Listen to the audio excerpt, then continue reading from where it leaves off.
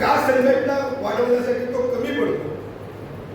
त्या काळातली परिस्थिती मधुदंड देसाई होते किंवा बॅरिस्टर नागपूर होते, त्यावेळीची परिस्थिती आणि आजची परिस्थिती याच्यामध्ये फार मोठा फरक.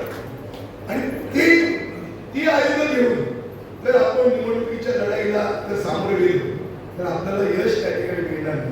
म्हणून आजच्या युगात जो बदल झालेला आहे राजकारणामध्ये, समाजकारणामध्ये, तो बदल, ते पर्याय आपल्याला स्वीकारावे लागतील. आणि त्या ताकदीने जर आपण लढू शकलो तर कुठेतरी आपल्याला यश त्या ठिकाणी मिळू शकतो.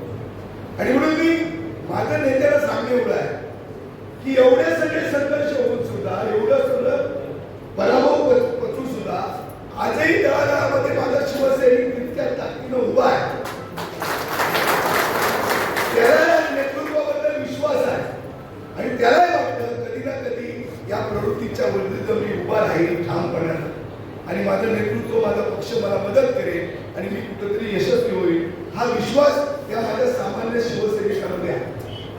मग त्या ठिकाणी आपल्याला नेमक्या काय उपाययोजना करायला लागतील, कशा पद्धतीने यश हे सातत्य टिकवावं लागेल.